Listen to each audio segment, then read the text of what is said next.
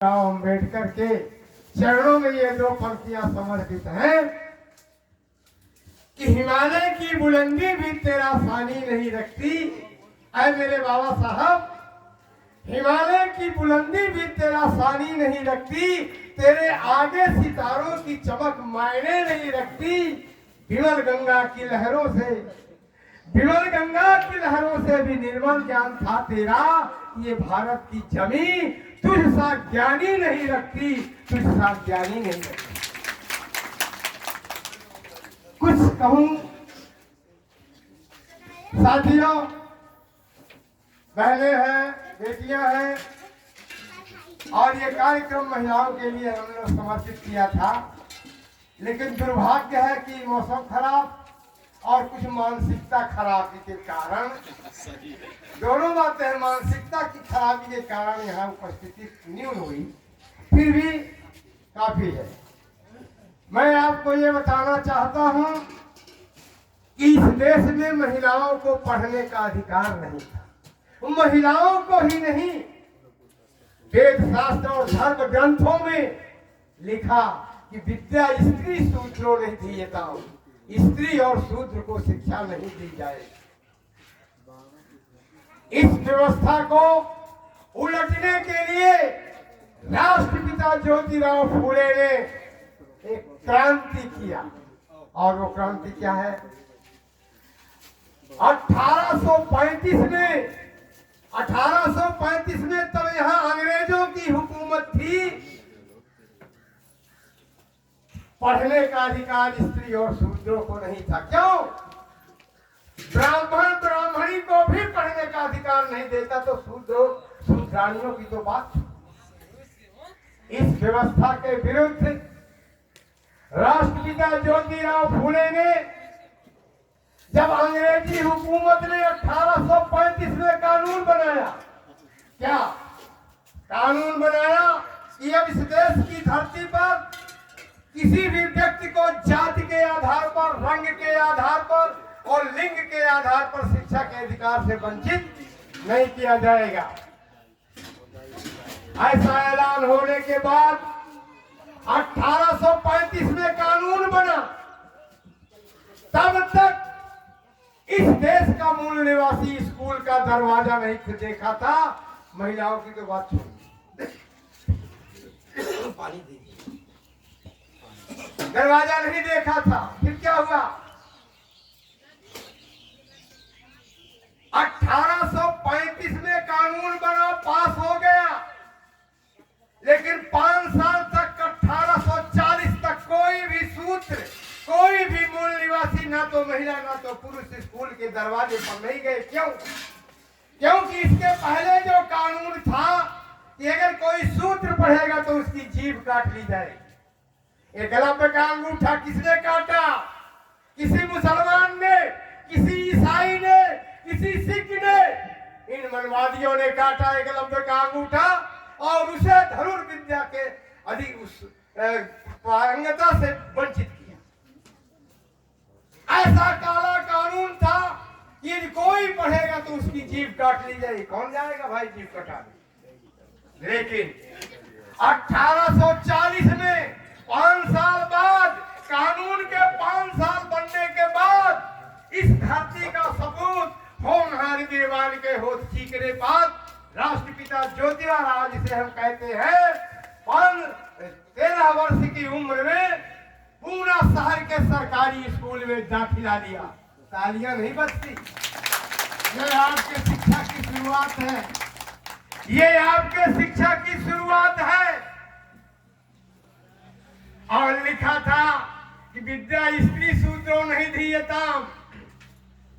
पहले दिन जब ये स्कूल में नाम लिखाकर स्कूल गए तो हजारों ब्राह्मणों ने पूर्ण शहर के अंदर इनके पिता के पास जाकर के भड़काया। क्या भड़काया? कि वेद शास्त्र और धर्म ग्रंथों में लिखा है कि विद्या स्त्री शूद्रो नहीं दीयता, रोको इसे, नहीं तो धरती पलट जाए। इनके पढ़ने से धरती पलट, धरती पलटती है पढ़ने लिखने से, कि व्यवस्था पलटती है। लेकिन शाम को जब ये पढ़ करके आए तो इनके पिताजी ने कहा, हाथ फेर कर बेटा, ये काम हमारा नहीं है। ज्योतिबा फूले ने कहा कि पिताजी, दुनिया की सारी बातें आपकी मान लूंगा, लेकिन यही बात आपकी। तालियां क्यों नहीं बजती? पकी पकाई खीर मर गई ना। सुखद संयोग कहिए या दुखद, इनकी शादी 9 वर्ष की कन्या सावित्री बाई फूले के साथ, ये सावित्री के साथ 9 साल की कन्या थी, हो गई थी। बाल विवाह होता था। शादी के तुरंत बाद इनके माता पिता खत्म हो गए, लड़की अनाथ हो गई। इनके पिता गोविंदराव फूले उस लड़की को ले आए अपने घर परवरिश करने के लिए, क्योंकि माता पिता तो है ही नहीं। अपने घर में रखा। दूसरे दिन जब ज्योतिबा स्कूल गया, तालियां नहीं रुकनी चाहिए यदि आपको समझ में आए, और नहीं तो ये मानूंगा कि सब बहरे। दूसरे दिन जब स्कूल के लिए तैयार हुए ज्योतिबा फूले, तो वेद शास्त्र को तिलांजलि देते हुए क्या कहा, सावित्री तुम भी चलो। तो एक तो तीती लौकी, दूसरा नीम चढ़ी। एक तो शूद्र और दूसरा शूद्राणी को भी स्कूल ले गया। समझ रहे हैं? दोनों बच्चे जब स्कूल गए तो हजारों ब्राह्मणों ने इनके पिताजी को दबाव बनाया, डाला कि रोको, शूद्रों को पढ़ने का अधिकार वेद शास्त्र नहीं देते, धर्म शास्त्र नहीं देते, रोको नहीं तो धरती पलट जाएगी। ज्योतिबा फूले ने कहा, पलटी जानो तो जाने दो। दोनों बच्चे जब घर से लौट के आए स्कूल से, तो क्या चाहिए? अरे सुनो, अभी पूरी सब्जी खाए हो ना, उनको तो कुछ नहीं मिला। लौट के आए, बोले खाना चाहिए।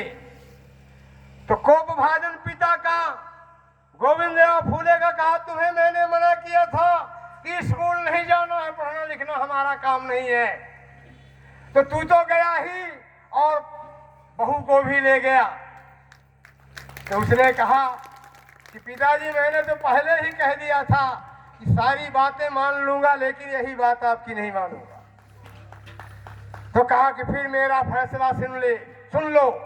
इनके पिता ने फैसला सुनाया कि अगर तुमको पढ़ना है तो मेरा घर छोड़, और घर में रहना है तो पढ़ाई छोड़।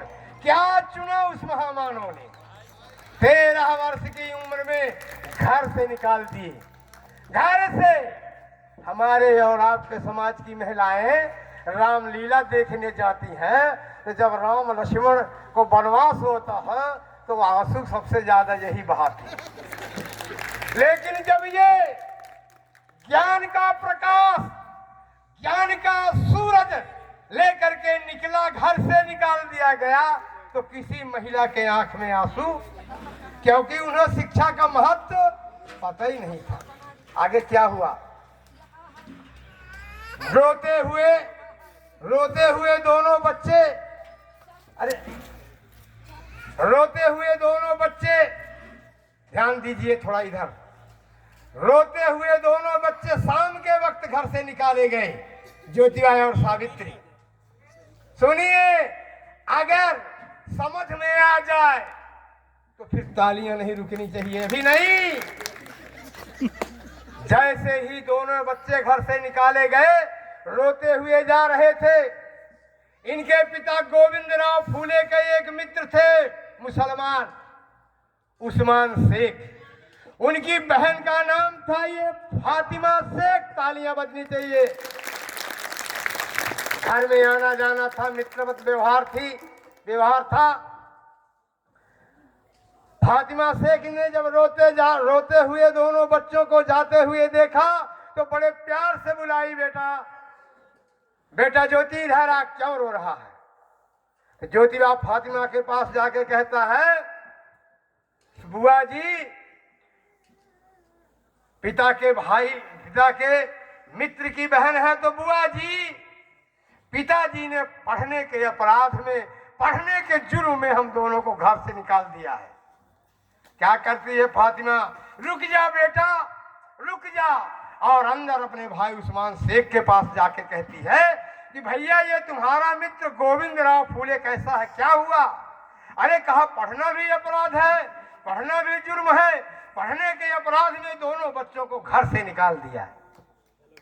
यदि आपकी इजाजत हो तो इन दोनों बच्चों की पढ़ाई का इंतजाम अपने घर में कर दूं। क्या कहा उस्मान शेख? उस्मान शेख फातिमा का भाई बोलता है कि बहन फातिमा, अच्छा से अच्छा, सबसे अच्छा जो कर सकती हो तुम करो, हम तुम्हारे साथ हैं।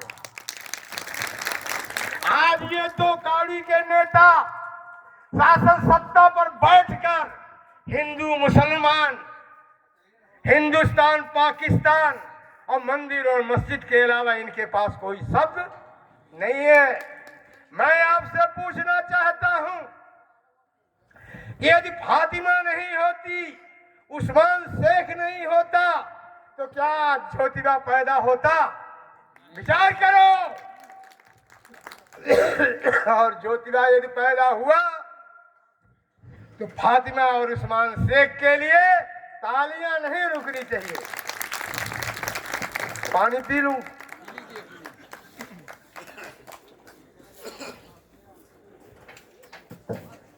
साथियों, इस तरह राष्ट्रपिता ज्योतिराव फूले ने 1840 में स्कूल गए और 1848 में देश का पहला शूद्र मूल निवासी शिक्षक बनकर के निकला। और 1848 में उनके बाद देश की पहली महिला शिक्षिका सावित्रीबाई फूले और दूसरी महिला शिक्षिका फातिमा शेख हुई। इन दोनों ने मिलकर महिलाओं के लिए, लड़कियों के लिए 12-13 स्कूल खोले। अपने जीवन काल में स्कूल खोलने के लिए जमीन तक उस्मान शेख ने दिया। आप बताओ, एक सवाल मैं करता हूं कि हिंदू मुसलमान करने से पहले इस बात को समझ लीजिए कि आपकी जड़ों में कौन है। बोलो बोलो, आपकी जड़ों में कौन है? उस्मान है, फातिमा है कि नहीं है? फिर तालियां क्यों नहीं?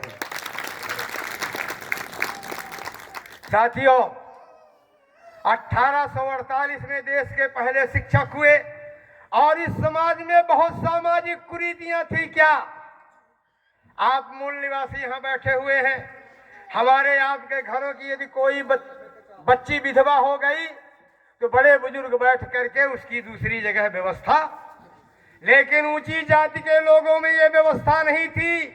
विधवा होने के बाद जीवन भर उसे तड़प तड़प कर मरना पड़ता था, और भूल से वो विधवा यदि गर्भवती हो गई तो सर के बाल मुड़ा करके उसको गांव से बाहर निकाल दिया जाता था। ये बड़प्पन था इनका। इस व्यवस्था के विरुद्ध जाकर ज्योतिबा राव फूले ने पूरे पूना शहर की सड़कों की दीवारों पर लिखा कि हे ब्राह्मण विधवाओं, यदि भूल से तुम्हें गर्भ हो गया है और तुम्हारे पेट में बच्चा पल रहा है तो डरने की बात नहीं है। तुम्हारे लिए ये ज्योतिबा राव फूले एक अनाथालय खोल रखा है। उस अनाथालय में आओ, अपने बच्चे को जन्म दो, इच्छा हो तो साथ रहो, नहीं इच्छा है तो छोड़कर चली जाओ। अनाथालय, ये आश्रम बच्चे की देखभाल करेगा। ब्राह्मणवाद और मनुवाद के गाल में इससे बड़ा तमाचा क्या हो सकता है? फिर क्या हुआ?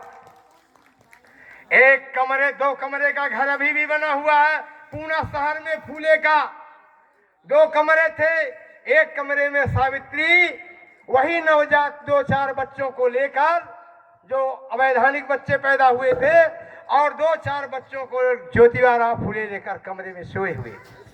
मनुवादियों ने पैसा देकर, घूस देकर कहा जाओ ज्योतिबा की हत्या कर दो, इसलिए कि वो ब्राह्मण विधवाओं को आश्रय दे रहा था जो गर्भवती हो जाती।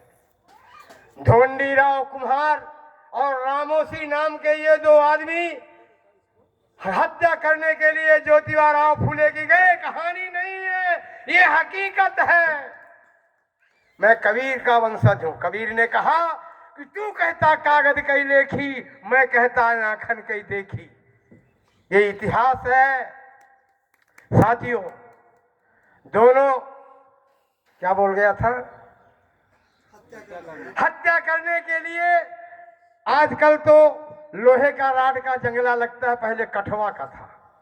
कठवा का जंगला काट कर जब धोंडी राव और रामोसी अंदर घुसे तो ज्योतिबा सोए हुए थे, छोटे छोटे बच्चों को लेकर फरसा तानो, और जैसे फरसा मारने के लिए युद्ध हुआ वैसे ज्योतिबा की आंखें खुल गई। बोले रुक जा भाई रुक जा, 1 मिनट का समय दे दे। 1 मिनट का फरसा रुक गया ढोंडीबा का।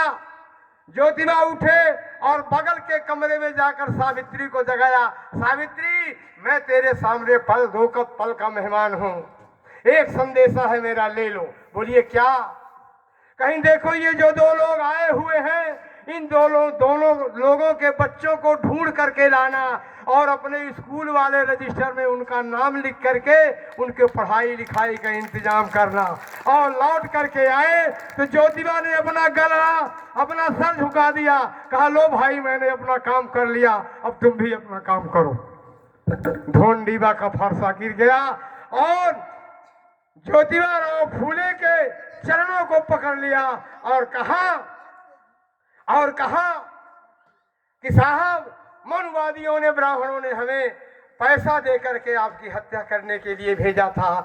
मुझे यहाँ आने पर पता चला, ये देखा कि आप इतने महान हैं कि मैं आपकी हत्या करने के लिए फरसा तान के खड़ा हूँ, और तब भी ऐसी विषम परिस्थितियों में भी रह करके आप हमारे बच्चों के पढ़ाई लिखाई के लिए इंतजाम करने की बात करते हैं। मुझे माफ कर दीजिए, मैं जीवन भर आपके शरण में रहूंगा और आपका शिष्य बनकर रहूंगा। बहुत ऊंची किताब लिखा, गुलामगिरी पढ़ोगे तो ढोंडी राव मिल जाएगा। यहाँ है गुलामगिरी किताब, क्या नहीं है? स्टॉल में जरूर ले जाना। तो इस तरह से ढोंडी राव और ज्योतिराव फुले जो है, ढोंडी राव जो है वो हत्या नहीं किया, बच गए और उनके शिष्य बन गए। ये ज्योतिबा राव फुले की हकीकत कहानी है साथियों।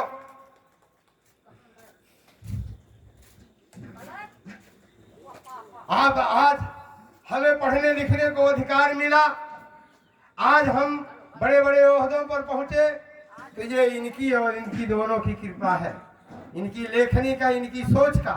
इसलिए मैं कहता हूं कि सोच को बदलिए, सोच को बदलिए, सितारे बदल जाएंगे।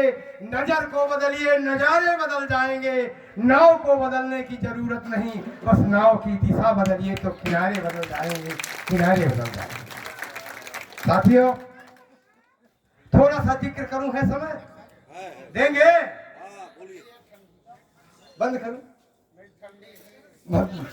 मुझे मालूम है। देखिए 1680 से 1818 का इतिहास उठाकर पढ़िए। 1680 से 1818 का पेशवाओं का शासन था। पेशवाओं की राजधानी पूना हुआ करती थी और पूना की सड़कों पर, आम सड़कों पर आम आदमी को चलने का अधिकार नहीं था। कैसे चलते थे? गले में हंडी, हमारे बाप दादा बांधे थे। गले में हंडी किस लिए पता है? नहीं पता। थूकने के लिए, आपको धरती पर थूकने का अधिकार नहीं। थूकने के लिए कमर में झाड़ू, ताकि जब चले तो इनके पदचिन्ह मिटते जाए। क्या जलालात भरी जिंदगी हमारे पुरखों ने झेला है, जिया है। बाबा साहब डॉक्टर भीमराव अंबेडकर ने कलम उठाई, कोई बंदूक तलवार नहीं उठाया। क्या उठाया? और कलम से लिख लिया आपकी तकदीर। क्या लिखा? भारत का संविधान। लिखा कि नहीं लिखा? भारत का संविधान लिख करके आपको अधिकार दिया। क्या अधिकार दिया? कि अब तुम्हारी जहां इच्छा हो वहां थूको, और ऐसी जगह थूको ऐसे धर्म ग्रंथ जो तुम्हें जलालात भरी जिंदगी जीने के लिए मजबूत करते हैं, ऐसे धर्म ग्रंथों पर थूको, ऐसे ग्रंथों पर थूको जो तुम्हें इंसान और इंसानियत से दूर रखने की कोशिश करते हैं। ये कलम का कमाल है। किसके? बाबा साहब। तो हमें हमारे पुरखों ने क्या किया है, इस बात का हमें हमेशा ध्यान रखना चाहिए। हाँ, पेशवाओं के शासन में ये स्थिति थी। इससे तंग आकर के मूल निवासी समाज के कुछ प्रबुद्ध वर्ग के लोग अंग्रेजी हुकूमत के सामने गए और बोले, साहब मैं इस जिंदगी से मर जाना बेहतर समझता हूं, लेकिन ये गले में हंडी और कमर में झाड़ू मैं बांध के चलने वाला नहीं हूं। तो अंग्रेज हुकूमत का जो सरदार था उसने कहा, चाहते क्या हो? कहा, इस पेशवाई शासन का अंत चाहते हैं।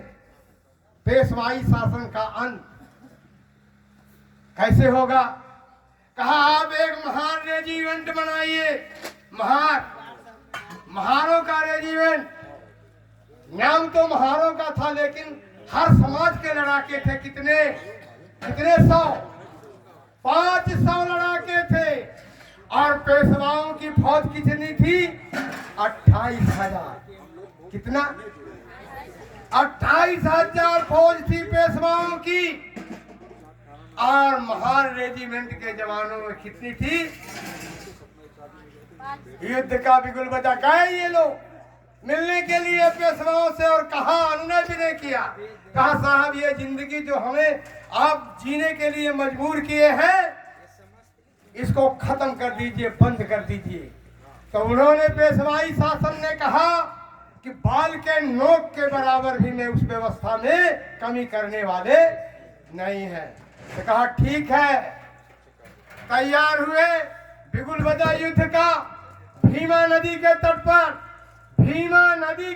पर, एक तरफ 28,000 फौज पेशवाओं की और दूसरी तरफ 500 जवान महार रेजिमेंट के। युद्ध का बिगुल बजा। जब आमने सामने हुई तो अंग्रेज अफसर ने कहा महार रेजिमेंट के जवानों से, बहुत बड़ी फौज है, लौट चलो, हम युद्ध नहीं करेंगे।